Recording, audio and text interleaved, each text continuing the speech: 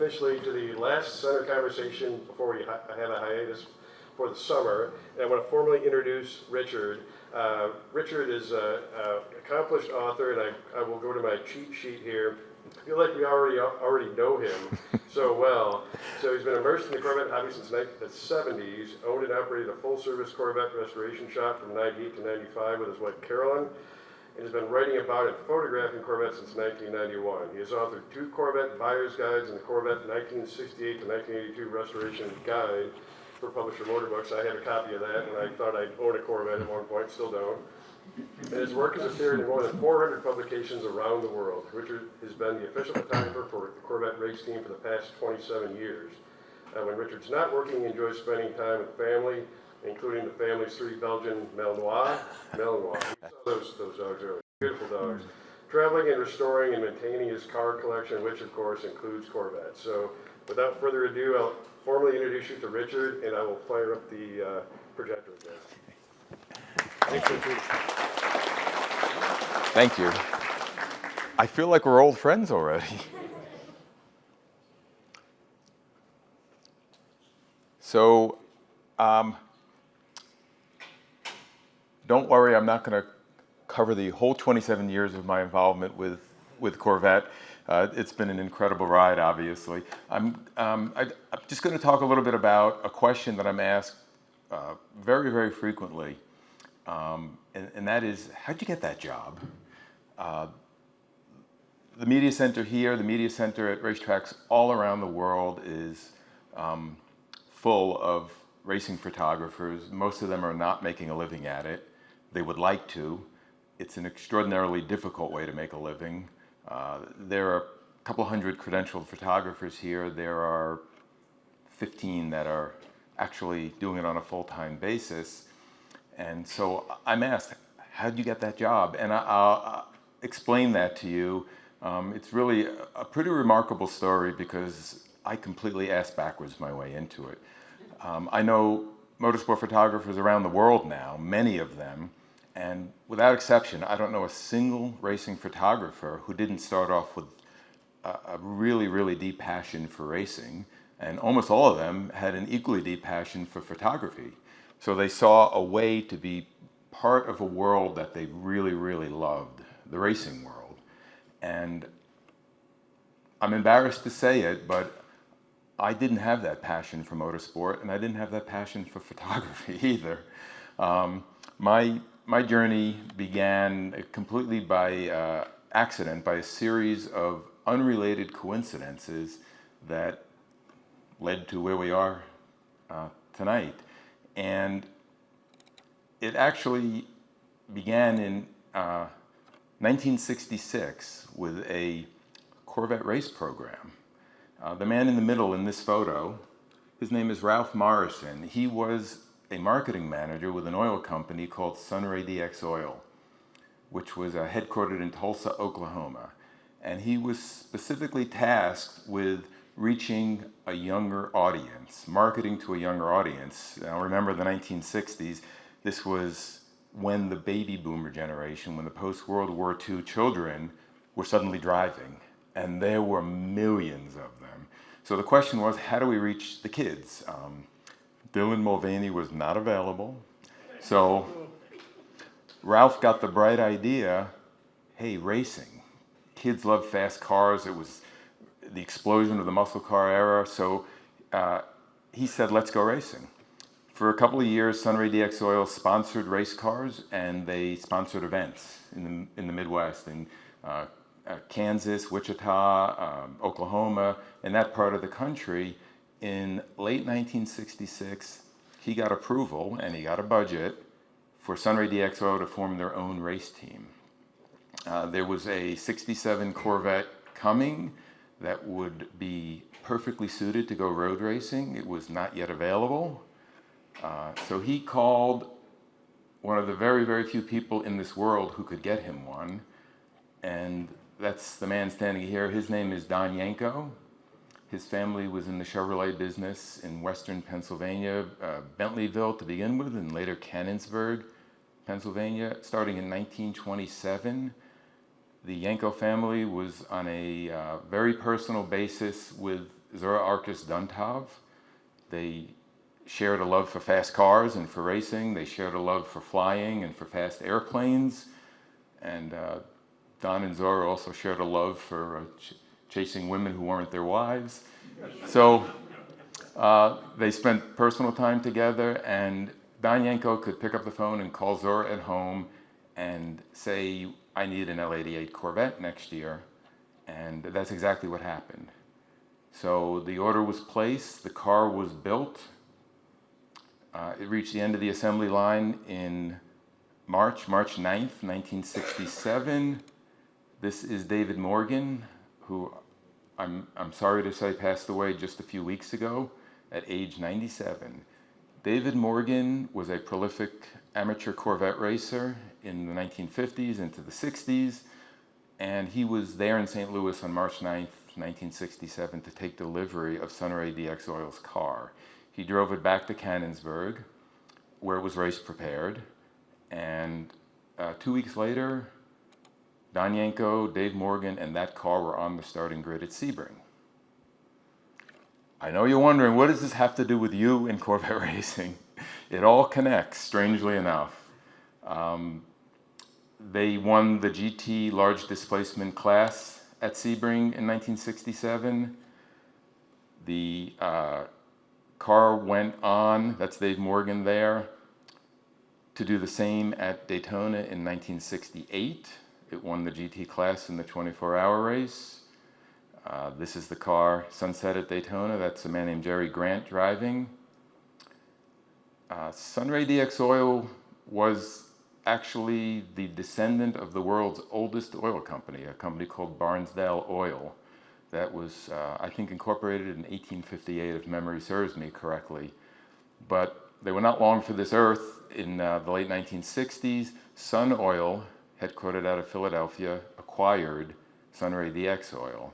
And Sun Oil already had a very successful race program with a couple of guys you've all heard of, Roger Penske and Mark Donohue. And Ralph Morrison's final responsibility for the Sunray DX Oil Company race program was to liquidate it, to sell the cars. They had, in addition to the 67, they also had two 68 Corvettes. He placed an ad for this car in a publication called Competition Press, which is the predecessor to Auto Week. A man named Bob Luby, who was a mechanical engineer and a very active amateur racer in this part of the world, in the Finger Lakes region, he saw the ad and he bought the car. And the car came to New York. Bob Luby raced it for 2 years. He sold it to another mechanical engineer who he knew through his work, named Dave Laughlin. Dave Laughlin bought the car from Luby in '71. He raced it for 2 more years, and then he sold it to a young man named David Dempsey. David Dempsey lived in Farmingdale, Long Island. He was a college student. He bought the car ready to go, minus an engine, as a roller. It had a full cage. It had a bunch of non-production special parts from Chevrolet, heavy-duty transmission, heavy-duty suspension. Dave Dempsey bought the car, and he took the engine out of his street car. His street car was a 1967 Corvette with an L72, a 427, 435 horse tri-power engine. He put that engine into the race car, put a small block he had laying around out of a wrecked car into his street-going 67, and he sold it. Dave Dempsey raced this car for the next 14 years. In 1988, a mutual friend, I didn't know Dave Dempsey, but we had a mutual friend who was with him when he did the engine swap in 1973, a man named Alan Blay, a very, very knowledgeable Corvette expert. And Alan Blay told my wife and I in 1988, you know, everybody's so crazy about these 435 horse cars. Dave Dempsey has an engine in his old race car that came out of a convertible. The convertible's still on Long Island. Somebody ought to buy the engine from Dave and put it back into the car it originally came in.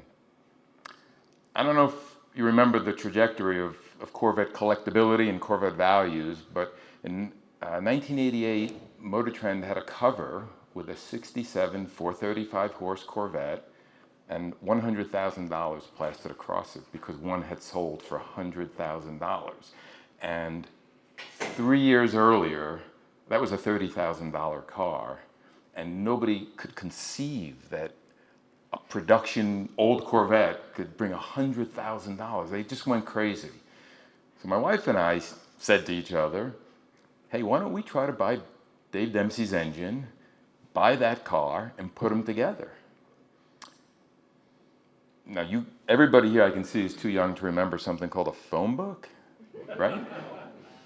We got home from an NCRS show, and my wife looked in the phone book and found Dave Dempsey's number and called him, and he would be delighted to sell us that engine. So half an hour later, I was at Dave Dempsey's to buy an engine. I must admit, I never gave a moment's thought to that race car. It just didn't occur to me. It wasn't the right time for my wife and I to be buying another car. I had just finished law school. I owed $40,000+ in student loans. We were starting a business without borrowing any more money. We were engaged, we were getting married, and we needed to buy a house. The last thing in the world we needed was another Corvette. So, not a moment's thought, I went and looked at the engine, and the car caught my attention. There were certain things about that car that quickly led me to believe that it had been professionally raced at a very high level. It had some parts on it that were not normal production parts. It had a modification to the front chassis crossmember that I'd never seen before. I stared at it, and Dave Dempsey said to me, that was in the car when I bought it. I don't know why they did that. I knew why they did that. That was to provide clearance for a dry sump pump on a big block Chevrolet. So the wheels are turning in my head. Dave bought this car in 1973. So prior to 1973, somebody was running a dry sump big block in this car. And you think back to the era of club racing, amateur racing, SCCA racing in the 1960s. People were not running dry sump big blocks. That was Can-Am level. That was factory prototypes racing at Le Mans. The car was on MSO. It had never been registered until Dave Dempsey walked into a DMV office in New York in 1987. And the final piece to that puzzle was it was a factory no-heater car. You could buy a 67 Corvette without a heater defroster system in 1967. Chevrolet offered an option called C48. It deleted the heater and defroster system. Technically, the car was not street legal because every car sold new and titles for street use in America was required to have a windshield defroster. And a C48 car didn't. They made 35 of those cars. They made 20 L88 cars. Every L88 was a heated delete car because Chevrolet would not sell the car with a heater, a radio, air conditioning. They did not want to encourage people to use the cars on the street. So, and I knew from my experience, we were in the Corvette restoration business, and I'd been immersed in the Corvette hobby, and had taken quite a few cars apart with my own two hands, and I knew looking at this car that it wasn't a car that somebody took the system out of. I knew that it was a factory no-heater car. I'm not the smartest guy in the room, but I can do simple arithmetic. They made 35 no-heater cars, 20 of them were L88s. I knew there was better than a 50-50 chance the car I was looking at was a factory L88. It had been raced from new in a serious way. Ultimately, my wife and I bought the engine. That day, we later bought the car, not knowing its early history was lost. We didn't know where it came from or who had raced it. It had an SCCA logbook with it, and the earliest owner recorded in the logbook was a guy named Dave Laughlin. We tried every which way to find Dave Laughlin. He lived in Syracuse. I had his address because it was in the logbook. I ended up going up, it was an apartment building. I went to Syracuse. I was going to knock on every door in that building till I found somebody who'd been living there for 20 years and knew who Dave Laughlin was. Well, it was actually student housing for the State University of New York, Syracuse. So there was nobody there who remembered Dave Laughlin. Anyway, we ultimately got names and phone numbers for about 300 people named Dave Laughlin around the country. And when my wife was in the mood and had a little time to spare, she'd call 3 or 4 or 5 or 10 Dave Laughlins. And it was always, I'm looking for Dave Laughlin who owned a 1967 Corvette. And no, I'm sorry, that's not me. And then one day she hit the target and I heard a blood-curdling scream come from her office. She found our Dave Laughlin. We knew where the car came from. We knew that it was a Center DX car, the Sebring winner, the Daytona winner. We were happy. We restored the car to its Sebring configuration. This is a recent photo of the car at Sebring. At Sebring. We were in love with the car. We vintage raced it a little bit, we showed it, etc. We commissioned an artist to do a painting of the car, simply because we loved the car. A guy named Charles Maher, a Detroit-based artist, in 1992. He did the painting, and he asked if he could display it at an AFAS show, an Automotive Fine Arts Society show, before he delivered it. We were delighted to say yes. Charlie displayed the painting. It was very well received. It was especially well received by a man who wanted to buy it. And Charles had to give him the bad news. He said, I can't sell the painting. It was a commissioned work. It's already sold. It belongs to somebody else. And the man was, maybe you could say, a little bit obsessed with the painting. And he said, well, maybe the people you did the painting for would sell it to me. And Charles said, I doubt it very much. They own the car that's in the painting. Charles passed his phone number along to us. We weren't interested in selling it. We forgot about it. That was in 1992. 5 years later, my phone rang. Somebody asking for Richard Prince. I said, this is he. The voice on the other end said, Richard, I want to ask you for a big favor, but before I ask you, I have to know, can I trust you? Okay. Now, I live on Long Island. I grew up there. The caller had a Long Island accent. This is a Long Island guy, you know. My dog's in the car, my coffee's getting cold. So it was clearly a prank, a joke of some sort. I couldn't place the voice. I didn't know who it was, but I knew it was one of my idiot friends. And this is a joke, and there's a punchline coming. So I thought, okay, I'll play along. I said, we don't know each other, but believe me, you can trust me with your life. What do you need, buddy? And he said, now I'm waiting for the punchline, thinking, this isn't going to be funny. He said, my name is Gary Claudio. I'm the marketing manager for Chevrolet Racing. We have a Corvette race program coming.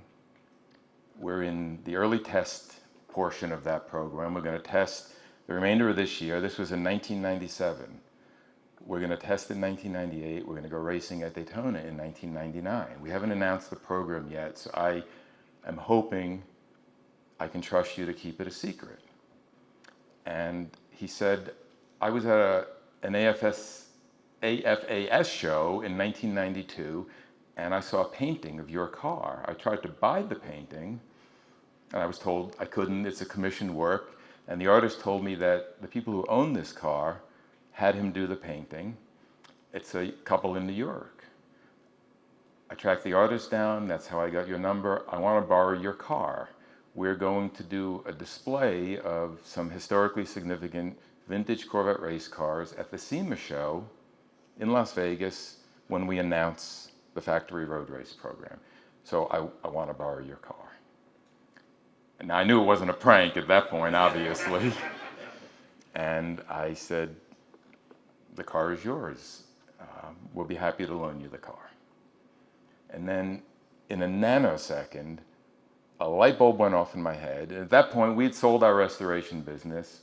We were bumming around, traveling in our motorhome, and I was doing car magazine work. Pretty much full time at that point, though I'd never intended to keep doing it and turn it into a real job. My wife and I were free, and we were taking our time to contemplate what to do next. We thought about going back to prior professions, we thought about starting another business, but we had no pressure. So I'm doing car magazine work, and I get this idea. I'd like to ask you a favor, Gary. I'd like your permission to embed with the team, to go everywhere they go, and to have unlimited access and unlimited permission to photograph whatever it is that they're doing. I'll stick with it for the remainder of the testing period.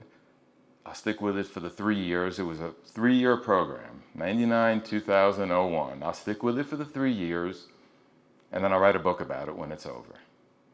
And without hesitation, he said, you've got it. 27 years later, here we are. So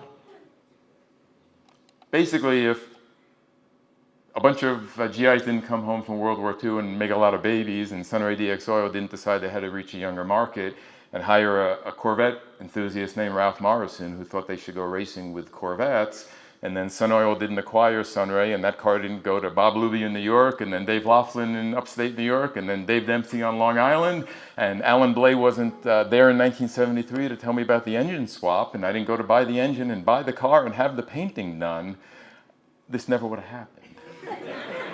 So I feel a little guilty because I'm in media centers at racetracks around the world, as I said, with scores and hundreds of people who are just dying to do this job and working hard to find their way.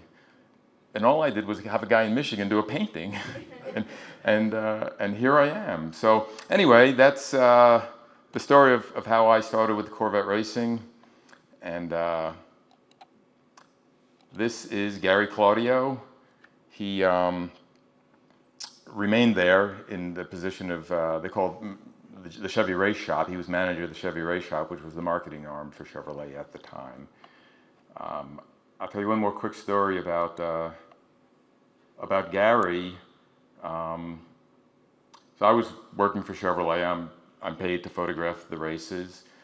There's all sorts of things that come up all the time that are usually related to the racing, sometimes not, where I'm asked to do something that's really not my responsibility or my job, and I try my best to do it, to help whoever needs help, to do whatever needs to be done, and sometimes I'm not paid for work that I should be paid for.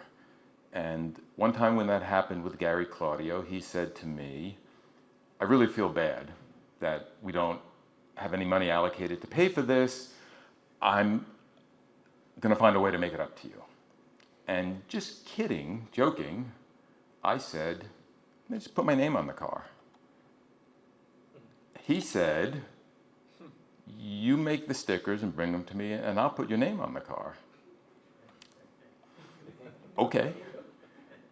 I did, and he did, and my website was on the front of the race cars for the 2007 season. And that was the kind of guy Gary was. He was find a way to get things done, and even if it means having to answer for it to the higher-ups who he had to answer to. So it started off that my name would be on the car at Sebring. And there it was. And it was, I had these little sticker made, and it was shockingly big once it was on the car. I showed up the next race, and my name was still on the car. And I said, Gary, it's supposed to be for Sebring only. And he said, well, nobody headquarters noticed, so let's see how long we can get away with this. So anyway, I'm going to skip the next 26 years after that, 27 years after that. Did want to show you some photos that have not been seen, some really early photos.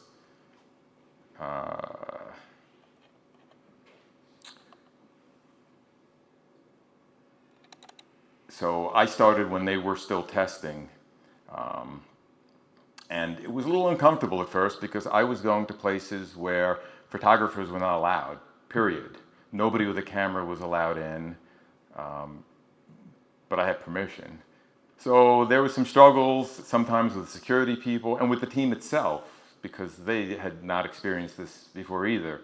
It's just something that's not done, and it should be done because here we are decades later, and things that were secret in 1997, 1998, 1999, et cetera, are not relevant anymore, but the photos wouldn't exist if that sequence of events hadn't happened and Gary Claudio hadn't arranged for it. This is the first ACO homologation car under construction at Pratt Miller. As an example, this is the GM wind tunnel. That's a 5,000 horsepower electric motor turning a giant fan. People were not allowed in the wind tunnel with cameras. One of the reasons why is because there were always inevitably competitor cars in the wind tunnel. Now it's no secret. Mazda is testing Toyotas, and Toyota is testing Nissans, and Nissan is testing Chevrolets, and Chevrolet is testing Land Rovers, and so on and so forth. But no car company wants to see a photo of what is clearly their facility with a bunch of competitor cars in it. So it was a little bit of a struggle. There's Prince in his youth when he still had hair. This is the second C5R there on its way. I got to touch the controls. K-Tech was the engine partner for the Corvette Race program up through 2009, and that was another place. They were doing advanced engine development work there and testing, and so photos were not permitted, but I had permission. And that's a dyno cell where they were doing some testing. This was a track test at Road Atlanta, I believe. And if you're familiar with what later iterations of the Corvette race car look like, later C5Rs, the C6, the C7Rs, and you look at the basicness and some of the crudeness, like aluminum valve covers. There's barely a piece of aluminum anywhere on any race car at Watkins Glen these days. That's Gary Pratt. And the guy all the way to the right is Dave Hill, who was the Corvette chief engineer at that time. And interestingly, the other three guys were Pratt & Miller employees and crew members. And the guy on the far left, Dave Albright, just retired a month ago. Brian Wade, whose face is kind of poking out, is still there. And Bill DeLong is still there. Bill DeLong runs what they call the fab shop. He's in charge of building the cars. So they've been there a long time. Early testing photos. There they are again with a sheet metal airbox. Oh, we're back to Don Yanko. So that's the story of how I started. I'm going to fast forward all the way to now and address a question that came up, oddly enough, about t-shirts. Somebody asked about t-shirts.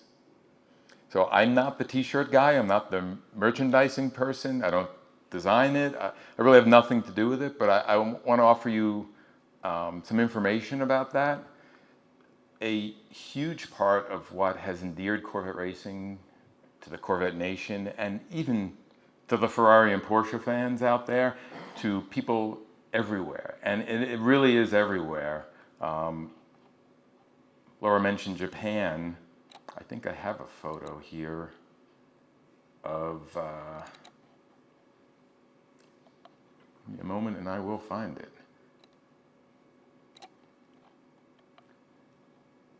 There he is. This is the Fuji race last year. There's a Japanese guy wearing a Corvette Racing 20 years t-shirt. I'm like, how did that happen? You are literally on the other side of the globe. And I spoke 3 words of Japanese, he spoke 3 words of English, and one of the words he spoke was Daytona. He went to Daytona, and he went to Daytona to watch the Corvettes race. So one of many things that has led to this incredible loyal support for the race program is the traditions that Corvette has established. One of those traditions is the Jake logo. and it's a logo, right? But it's really so much more than a logo. It really embodies the spirit of the team, and it embodies the spirit of the people who support the team. It's rebellious. That's why it was done. It started off as a prank, as a joke by a crew member named Don Mail. He was kind of a biker, kind of a hard-edged guy, and he had this thing with skull logos, and he started sneaking them around the car. And I'm not going to name names, but there were some GM executives that didn't think that was cool. So Don Mail, it became a cat and mouse game. He'd hide a little skull here or there, and they'd find it and take it off. And pretty soon, it just developed into something. And Doug Feehan played a big part of that. He recognized that Corvette needed to craft its own image. It needed to be something different from the polished factory teams from Aston Martin and Ferrari. It needed to be really distinctly American. And he embraced the skull logo. He had a guy named Eddie Jabbour involved. Eddie Jabbour got the bright idea. Eddie Jabbour is the man who drew the initial Jake skull logo. He gave us Jake. So at Le Mans, almost 20 years ago, the team, the same rebellious guys, David James, Don Mail, and a couple of others, decided that Jake needed to be painted on pit lane. The ACO doesn't have as developed a sense of humor as we do. Let me put it that way. And when a driver or a team does something that's contrary to the rules or contrary to the spirit of the rules, they usually get a fine. It's not 200 euros, it's not 500 euros, it's 5,000 euros or 30,000 euros, and they have to pay it. So the team members who did this took a massive chance, because you're not allowed to paint what you want on pit lane, right? They did it, nobody noticed, they got away with it. We came back the next year and it was still there. Over time, the fans, one by one, came to understand that this represented Corvette racing. The production Corvette team embraced it. All of a sudden, it was imprinted on the underhood insulation on a Corvette. Little Jakes were showing up on production Corvettes all of a sudden. And again, I'm not going to name names, but there were some high-level executives who didn't like it, but they were swept away by the tidal wave of support. And ultimately, it is what it is. So we've got this kind of madness. Those are real tattoos. That was not done with a Sharpie for the race. So what does this have to do with t-shirts? Time marches on. In my years with Corvette racing, I've witnessed essentially a complete turnover of crew members. The old timers now, and there are a few that have been there for a long time. They've been there 16, 17, 18 years. Tom Dix, Brian Hoy, Anna Hoy, Steve Longy as examples. Almost everyone else, they've turned over 3 times or 4 times. So it's up to us as a team and us as a community to keep those traditions going. And Jake is one of them. So you asked about t-shirts. I'm going to do my part to make sure that the spirit of this team and the traditions that have come to define the team remain with the team. No matter who's racing the cars anywhere in the world, no matter who's driving the cars. And so obviously I can't guarantee, but I'm going to do my best, and I'm going to show you a little video that emphasizes what I'm saying. This year, there was a realignment, a rearranging of the garages and of pit lane at Le Mans. Corvette had the same 2 garages year after year after year, and that's where the Jake Skull logos were painted. This year there's one car, and there were 3 Cadillacs, and it was important to have the 3 Cadillacs and the 1 Corvette all in a row on pit lane, because they shared a lot of the support personnel and the logistics. There was a structure built with offices and workspaces and driver lounges and engineering workspaces, etc., that went the whole span from the N Cadillac to the Corvette.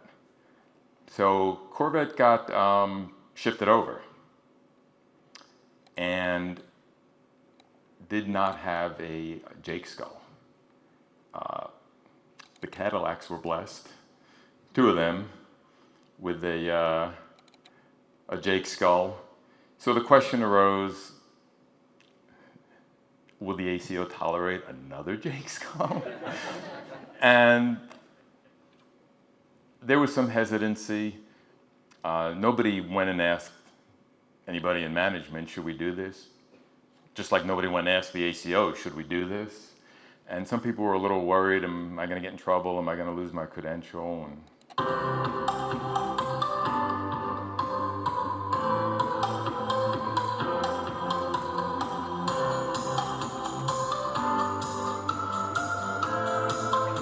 The answer is, we did it.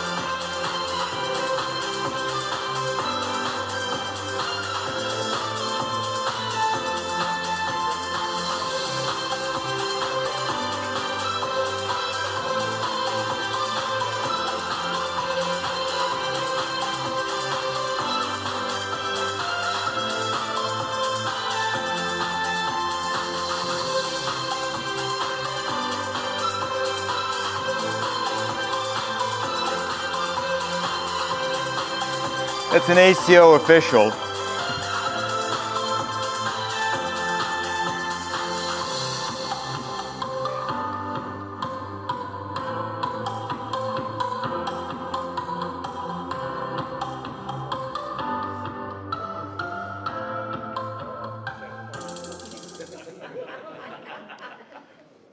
So I said that's an ACO official.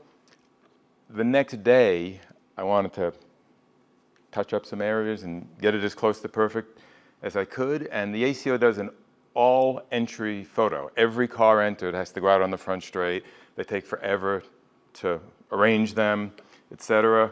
And I thought, well, we did the first go-around at night, end of the day into the night. But I thought, the ACO is distracted. They're doing their full grid photo. And I was out there doing my thing, and I look up and I see the ACO shirt, and he's got his phone out and he's taking my picture. And I'm thinking, how am I going to explain to my friends at Chevrolet why I don't have a credential anymore? Somebody else has to photograph this race. So I gently asked him if there's any issue with what I'm doing. And he said, an issue? No, we love Jake. He, in fact, was the pit official who had worked Corvette most of the prior years. And he said, Le Mans wouldn't be Le Mans without Jake. So the T-shirts, the flavor, the Jake logo, I'm not sure how I'm going to get that train horn to Le Mans next year, but that train horn's going to blow next year. I promise you. I'm going to show you one more quick video and then shut up because it's getting late. Where are we?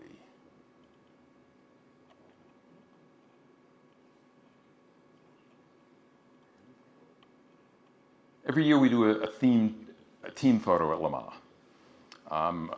I love the team photos. It's super high pressure and it's very stressful, and it's very challenging to get the team, the time, the car.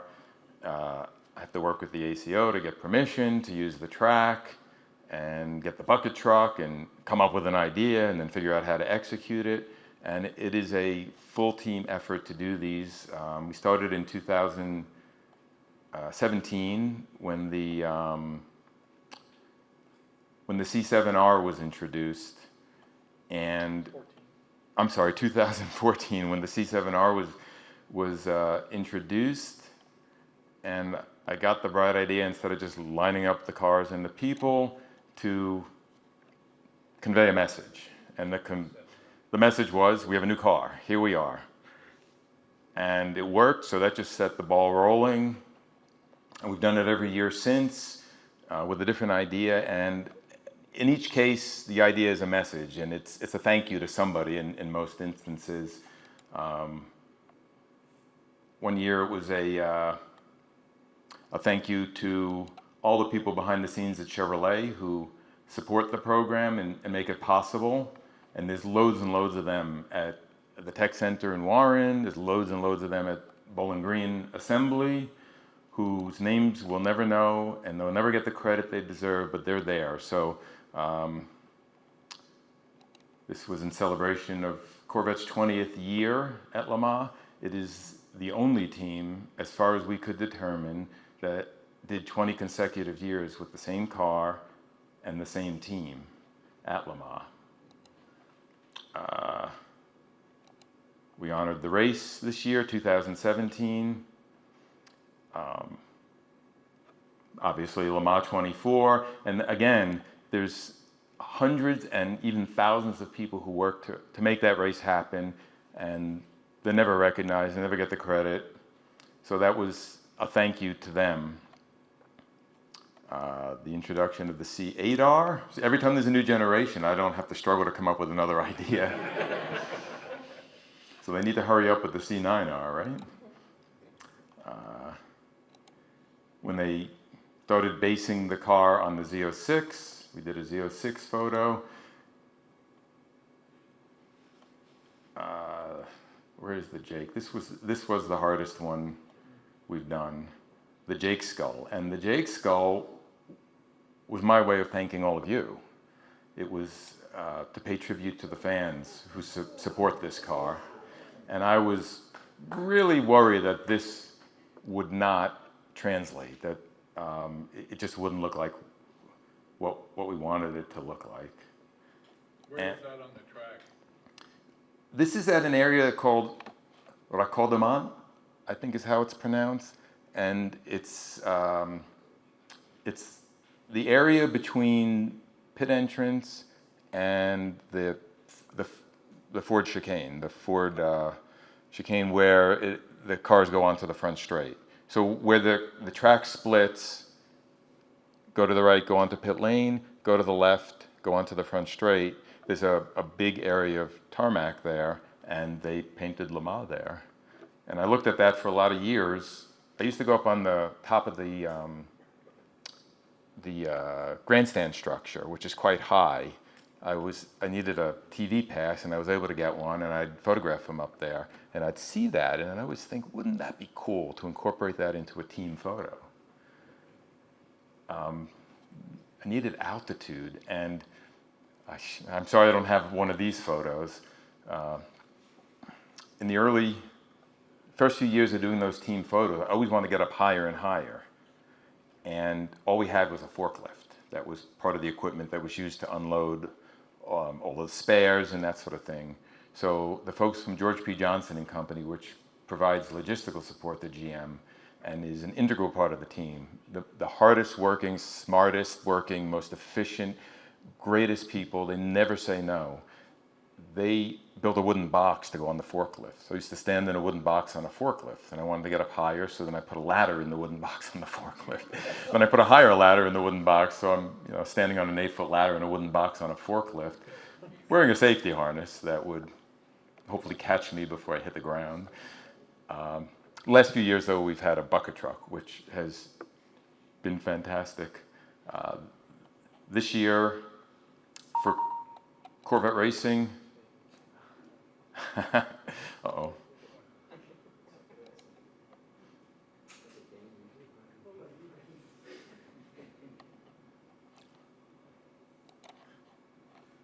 I don't know. I think I just got a photo.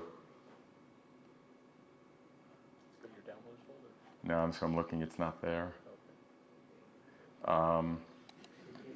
This was the 100th anniversary for the race. The first one was held in 1923. So again, we honored all the people over a 100-year period that made it possible. So Ryan Smith, for those of you who don't know him, does trackside communications. He is the PR guy. He's the guy who writes the press releases, and the guy who has done an incredible job of assembling all the data related to Corvette racing. So if you want to know how many miles Corvettes have raced since January of 1999, Ryan's the guy who's put all that together. 355,000 and change, how many races, how many wins at every track. It's an incredible compilation of statistical data that's really fascinating when you dig into it. Ryan put a GoPro on the bucket truck this year. And so this year, every year, it's a Corvette team photo. And it's a big task. There's a crew from George P. Johnson and people from the team who help. We go out there, measure.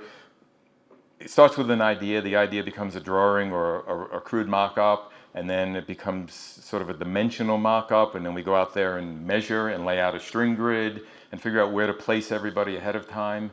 And we've really gotten it down to a science now.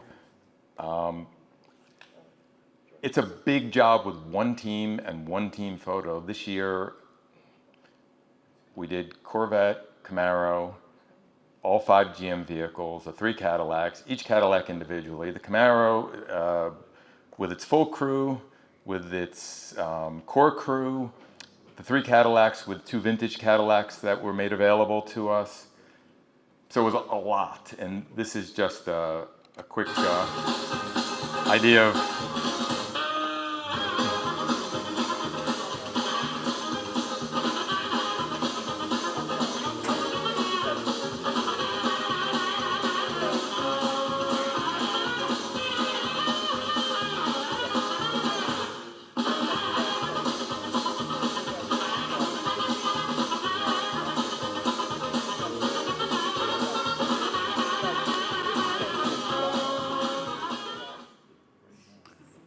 That's 6 months of planning and 2 hours of prep work starting at 6:30 in the morning and then 31 seconds. Yeah, 31 seconds. We had 2 hours and only 2 hours on the track, and we were done in 1 hour and 52 minutes. I'm very happy to say. So I don't want to bore you to death. If anybody has any questions, please, I'd be happy. Yes, sir. You still own the car? I feel like I still own it, but no, I don't. We owned that car about 16 years, and we sold it to a close friend of ours, and he still owns the car. It's still on Long Island. I haven't driven it or photographed it now in a few years, but it's in excellent hands. We restored it in 1992. He re-restored it. He completed that in 2016 or 17, and it remains in essentially perfect condition. I'm sure you still get a lot of offers for it. Yeah, he's not motivated. He owns another remarkable 67 Corvette. It's called the Commotion car. It was a 67 big block that was prepared for drag racing by Motion Performance in Baldwin, New York. And we've all gotten the original owner died in Vietnam. The car's all original story. The original owner died in Vietnam. His name was Charlie Snyder. He drag raced the car in 1967 into 68. He got drafted, and he was killed by a sniper bullet in Vietnam. His friends raced that car at National Speedway. One more time, they set a new national record with it. They displayed the car at the International Auto Show in the Nassau Coliseum on Long Island in their friend's memory. And in 1968, they put the car in Charlie's mother's garage, and it stayed there. The door literally never opened again until my friend he was looking for the car. A lot of people were looking for that car. So he's got these 267s, a car that was drag raced, that's completely unrestored. I think it has around 1,100 miles total. And the L88 Sebring and Daytona winner. Yeah, so no, it's not for sale. Quite a car. Any more questions? Okie dokie, well, Just real quick. yes, sir. I've always been a Ron Fellows fan. Of all the drivers, who would you say were some of your favorites? I love them all. Well, one of the things that has made Corvette racing successful, both on the track and off the track, is the quality of the drivers. And when I say that, I mean the totality of the drivers. It's not just their skill behind the wheel. There's no shortage of guys and women in this world who can get behind the wheel and click off a pole-winning lap. But as Laura alluded to with Nico, Corvette racing has a long history of being particularly selective with its drivers. Almost all of them are in a certain age window. They've come to the team when they have a lot of experience, but they have their best years still ahead of them, and they all have a good attitude. If they were not team-oriented, if they were not team players, if they didn't understand that they're representing not just themselves, their own brand, they're representing Chevrolet, they're representing General Motors. If they didn't understand that, they wouldn't get the job. It's just that simple. So every one of them has been a good guy. Some are friendlier than others or more accessible than others, and Ron Fellows, of course, sets the gold standard for that. He was voted ALMS Most Popular Driver of the Year like 6 or 7 years in a row, and that's not a mistake, and that's not ballot stuffing. He, just like today, he spoke and many of you saw him in the Corvette Corral today.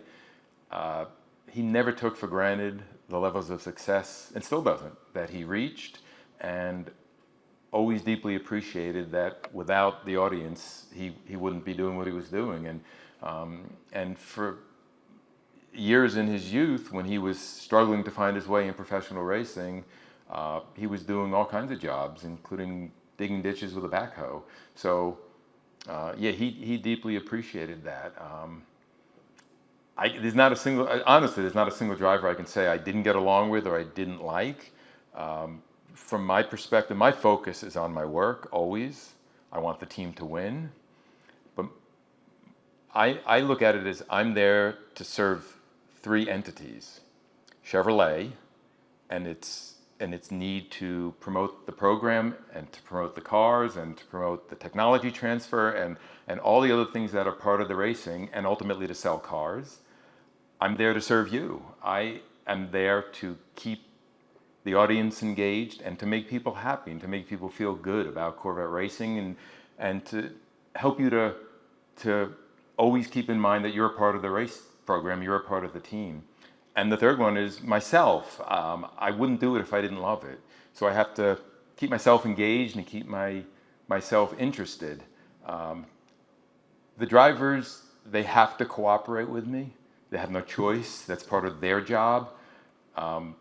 Some are a lot more enthusiastic. Some are not as enthusiastic. Not just the photography. Some are very focused. They want to focus on the racing and the racing only. Others don't just tolerate the fan engagement. They actually embrace it. They love it. So there are some that I've just developed a closer relationship with over the years. I can tell you the 3 WEC drivers and the IMSA drivers are absolutely great. You just won't find nicer people. They're totally committed to what they're doing, but they also see the bigger picture and they understand that ultimately the race program is bigger than any one of us as an individual, and they're here to serve the race program and to serve the audience and to serve Chevrolet. So, yes, sir.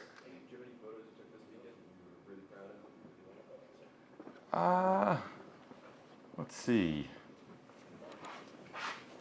This weekend, yeah, of course I have some photos. I haven't looked through most of them because I've been super busy.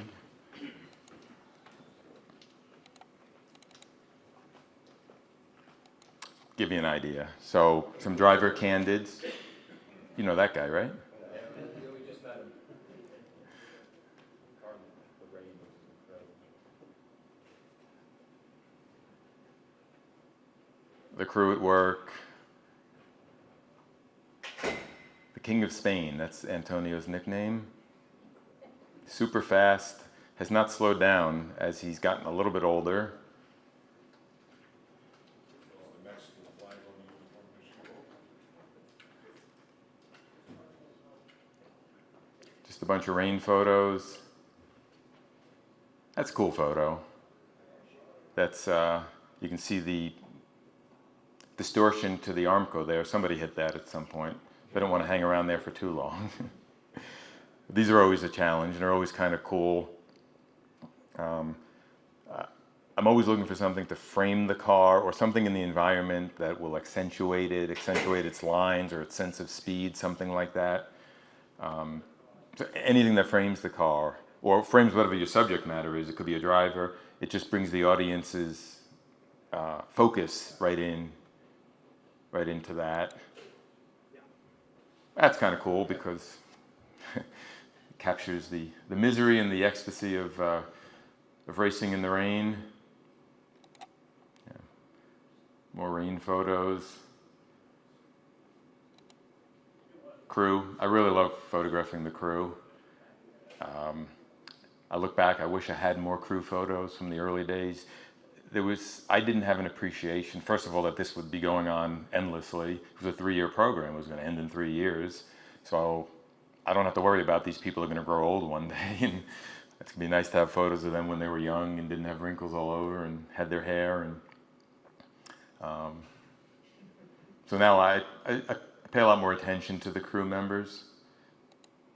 And it's satisfying, gratifying to catch them at work doing their thing. These are just more examples of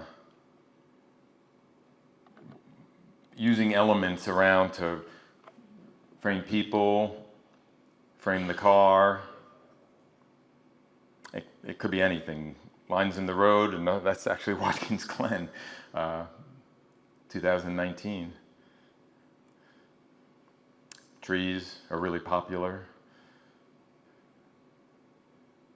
This is Watkins Glen as well. So it's converging shapes, the perspective, the colors, repeating patterns. Another Watkins Glen. We're Watkins Glen heavy. This is Mosport, CTMP, Lime Rock. Although, never again at Lime Rock. I'm committed to no more ticks. The last time I went in the woods at Lime Rock, I came out with 6 ticks biting me. And all I had when I found them that night, and they were on my back, all I had was a single-edged razor blade and a terrible mirror. So I felt like a Civil War surgeon doing, with a bone saw, doing field amputation.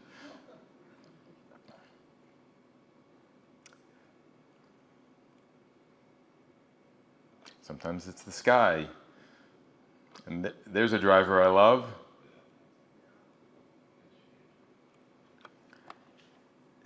Does anybody have any more questions? Yes, sir. I wonder, I'm a long-time racing photographer, so I'd like to compare my career to how did you get started? I talked about that earlier. Yeah, okay. I had a car that Chevrolet wanted to borrow, All right. and the marketing manager for Chevrolet Racing called me to ask to borrow that car. And he told me about the race program. And I said, well, this sounds like fun. And that enabled me to get involved, to become a part of the race program at the very beginning, actually. It's difficult. It's very difficult because there are way more people that want to do it than there are opportunities to do it, especially all the magazines are gone now. Newspapers don't typically cover racing very much. Yes, sir. Just using gorgeous photos in your camera. I'm sure you don't know all of them. Do you have a place where you dump photos, like just a website or blog, where you have extra photos that you don't give to, whether it's a magazine or officials? No. Yeah, I used to say I remember every single photo I took. And for a lot of years, I did. I could remember the photos. I don't remember every single one anymore, the more ordinary ones. So sometimes I'll look at a photo and I'll think, that could be mine, maybe it's not, maybe it is. If I see it published somewhere. Other photos, like this photo, I will remember forever. This is Spa, and obviously I used the driver's club to frame the car. I try to stay pretty active on Instagram and Facebook. And GM, thankfully, is more active now than they've ever been with social media, both Cadillac and Corvette.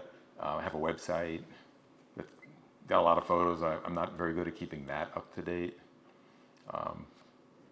The book. And I do magazine articles all the time. I'll do, for Corvette magazine, primarily. I'm covering the racing this year for Hot Rod as well, for Motor Trend Group. So if you go to hotrod.com, you'll see a race story and a gallery, and there's usually more photos there because they do actually print the stories as well, and they'll print them with 6 or 7 or 9 photos, but the online galleries will have 30 or 40 or 50 photos. And I'm going to do a book one day, or a multi-volume book on the race program. That's the goal, ultimately. Thank you. Kind words are always appreciated. Thank you. I try. I really try. And it's photography in general. It's a combination of having some level of creativity, having sort of the artist's eye, and then at least some command of the technical side of it to be able to put them together. And then to make a living at it, you need to have at least a minimum amount of good judgment. It's sort of a business sense, because at the end of the day, it's a small business, is what it is. So yeah, I try, and this is another example of trying to find something different. This was at Long Beach. I've photographed that race more than 20 times. And at any racetrack, we're only allowed to go certain places. There are red zones and there are off-limit areas. So year after year, in a long race, a 6-hour race, or 12-hour race especially, or 24-hour race, we end up going to all of us go to every area we're allowed to go. We go there 3, 4, 5, 6, 7 times. And it's a different photo, early in the day, late in the day, if it's raining, if it's not raining. But this is another example of, I climbed up on the roof of a parking structure, and it was that time of the day with the shadows falling, and I realized that if I could time it and get it in focus, I could get the palm tree and the shadows from the palm tree framing the car all at once. So very gratifying. That was my favorite photo for a little while. Well, thank you. Yes, sir. No, thank you. Oh no, I want to end up by thanking all of you from the bottom of my heart. At the end of the day, a lot of different ingredients have to be baked into the pie for racing to work as an activity that we do. But without you, without the fan base, without the enthusiasts, without the people who love it and go to see it and watch it on TV and who let it influence your other decisions outside of racing, like what kind of cars you buy and so on and so forth. Without you, there would be no racing. We could have every other component in place, the engineers, the technical side, the aerodynamicists, the tech centers, the cars, the tracks, the promoters, etc., the photographer. But without you, it would all be meaningless. So I thank you for all that you do to keep us going.